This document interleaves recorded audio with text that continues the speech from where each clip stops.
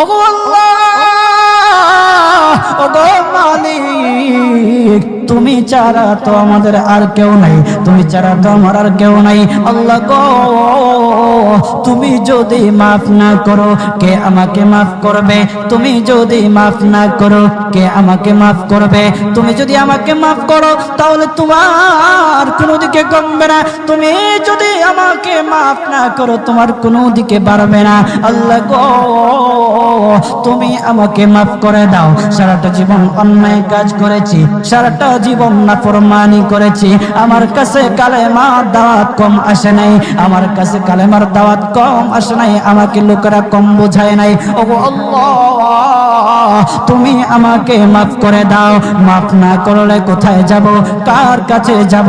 বাবা যখন মারে তখন মার কাছে আশ্রয় নেওয়া যায়, মা যখন প্রহার করে তখন বাবার কাছে আশ্রয় নেওয়া যায়, বাবা মা যখন প্রহার করে তখন দুনিয়ার কারো না কারো কাছে আশ্রয় নেওয়া যায়। ওগো আল্লাহ, ওগো মালিক, তুমি যদি আমাকে মারো, তুমি যদি আমাকে আযাব দাও, ওগো আল্লাহ, কার কাছে যাব, কার কাছে গিয়া মাফ চাইবো? ওগো আল্লাহ, মেহেরবানি করে মাফ করে দাও। এইরকম কান্না করতেছে, কান্না করতেছে, চোখের পানি তার এমন ভাবে পড়তেছে, দাড়ি ভিজতেছে, দাড়ি ভিজে জমিনের মধ্যে চোখের পানি পড়তেছে, কান্না করতেছে। বান্দাটা কান্না করতে করতে করতে করতে আমার আল্লাহর কাছে এমন গ্রহণযোগ্যতা অর্জন করেছে, মহান আল্লাহ রাব্বুল আলামিন তার ডাকে সাড়া দিয়া তার জিন্দেগির সব গুনাহ মাফ করে দিয়েছেন। হযরত মূসা আলাইহিস সালাতু ওয়াস সালামের যুগের ঘটনা। একজন বড় পাপিষ্ঠ ছিল, জীবনে এমন কোন গুনাহ নাই যে গুনাহ সে করে নাই। তার গুনার প্রতি অতিষ্ঠ হইয়া, মানুষ তার গুনার প্রতি অতিষ্ঠ হইয়া গ্রামের লোকেরা তাকে হাত পা বেঁধে জঙ্গলের মধ্যে ফেলে দিয়ে আসে। জঙ্গলের মধ্যে থাকতে থাকে, কিছুদিন থাকার পর মালাকুল মউত যখন তার সামনে এসে উপস্থিত, এর আগ মুহূর্তে সে বান্দা আল্লাহর কাছে ডেকে ডেকে বলতেছে,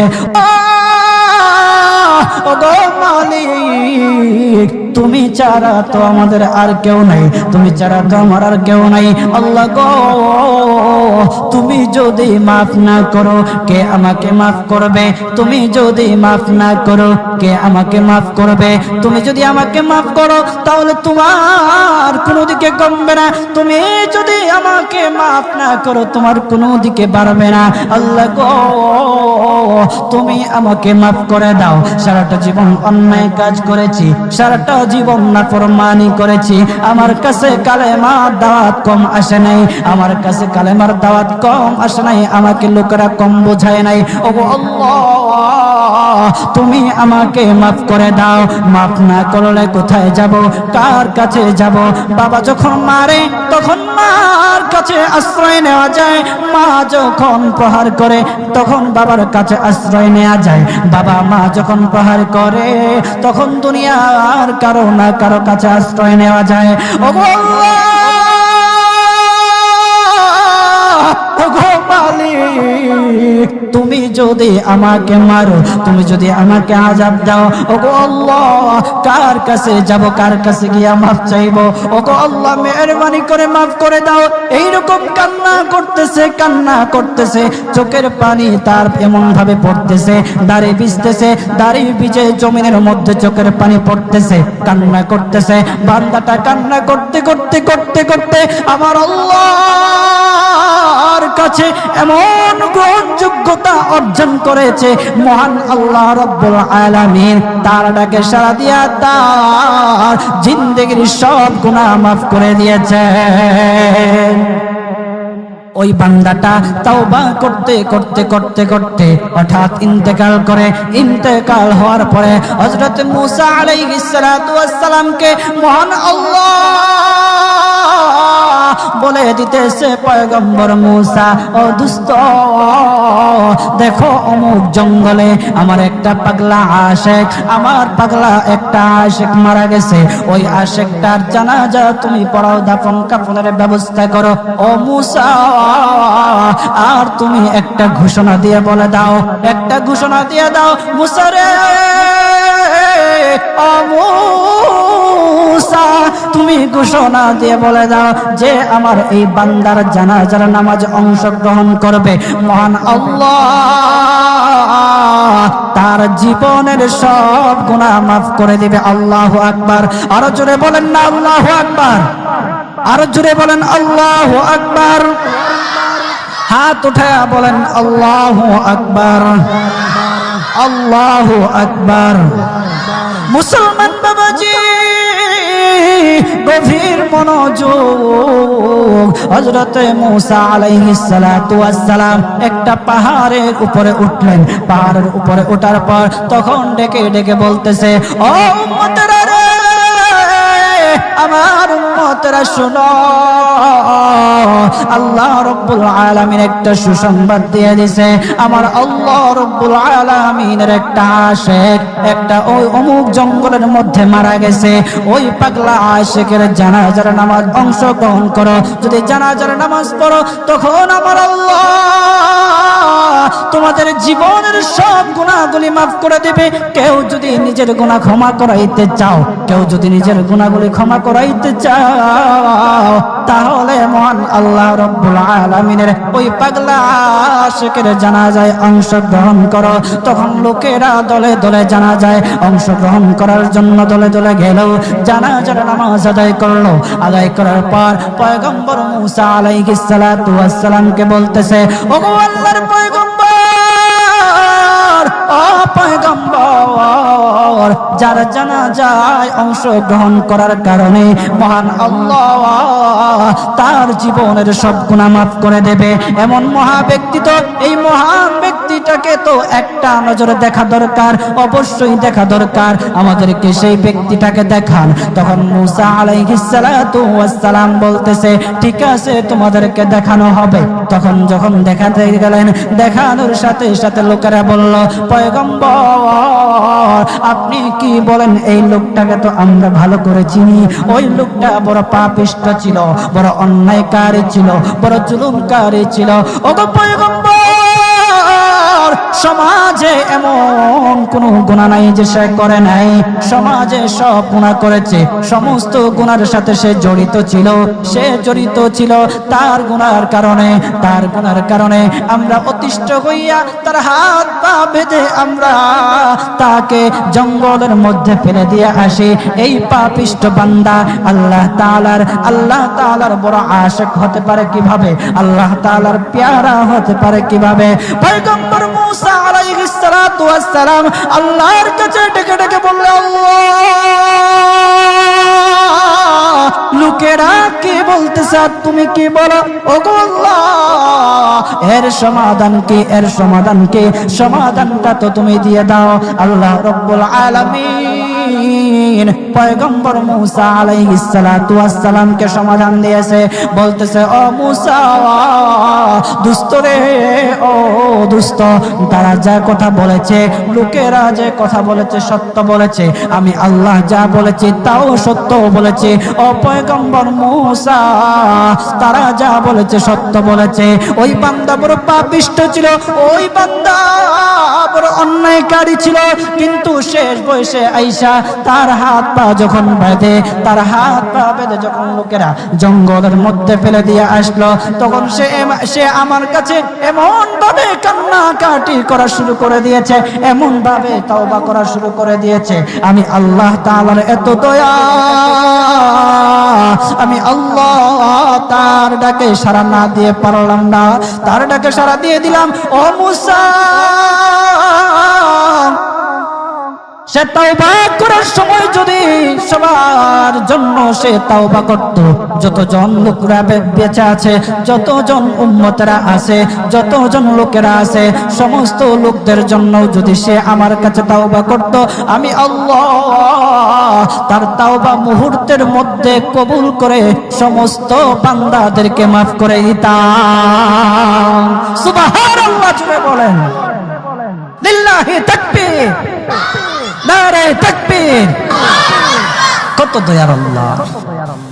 একটা বান্দা সারা জীবন গুনাহ করেছে, অন্যায় কাজ করেছে, শেষ বয়সে আইসা শুধু আল্লাহকে ডাকছে, আল্লাহর কাছে মাফ চাইছে।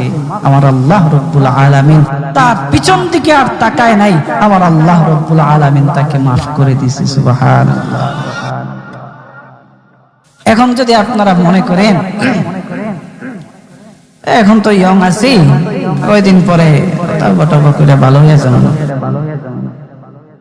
এই সুযোগ আপনি নাও পাইতে পারেন। যাদেরকে বলা হয় যে কিছু লোক আছে আমাদের সমাজে, যদি ওদেরকে বলা হয় যে ভাই দাড়িটা একটু রাখেন না, নামাজটা একটু পড়েন না, একটু বয়স হোক, পোলা মাইয়া বড় হোক, দাড়ি রাইখা দিন, আছে না এরকম? আপনি কি বিশ্বাস করেন আপনার পোলা মাইয়া বড় হইব? সেই সুযোগ আপনি পাবেন? কতটুকু গ্যারান্টি আছে বলেন? বাবার আগে ছেলে চলে যায়, ছেলের আগে বাবা চলে যায়, আবার নাতির আগে দাদাও চলে যায়, আর দাদার আগে নাতিও চলে যায়। ও বাজার, সময় নেই, সময় নেই। গভীর মন দিয়ে একটু চিন্তা করেন, চোখটা বন্ধ করেন। মাঝে মধ্যে আমার এমন উপলব্ধি হয়, চোখটা যখন বন্ধ করে দেই, বন্ধ করে দিয়ে যখন চিন্তায় লাগে, তখন মনে মনে ভাবি, হায় রে, এত কিছু কার জন্য করতেছি? এই মুহূর্তে যদি মালাকুল মউত আমার সামনে আইসা যায়, আমাকে নিয়ে যায়, আমি তো সাদা কাফনের প্যাকেট পেয়ে যাব। এই সম্পদ নেয়ার জন্য, আমার জিনিসপত্র নেয়ার জন্য আমার আত্মীয় স্বজনরা খাড়াখাড়ি, আমি কার জন্য কি করতেছি? অন্তরটা তখন ফেটে যাওয়ার মতো। আমরা কি করতেছি? কার জন্য করতেছি? আজকে মরে গেলে আপনার সন্তান কালকে আপনাকে স্মরণ করবে কিনা সন্দেহ আছে।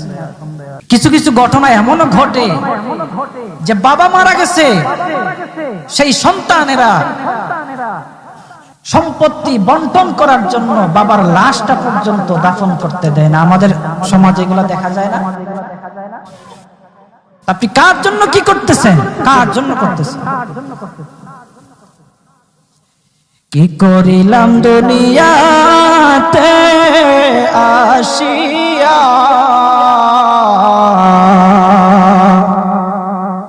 দেখো রে মন চিন্তা করে বসিয়া।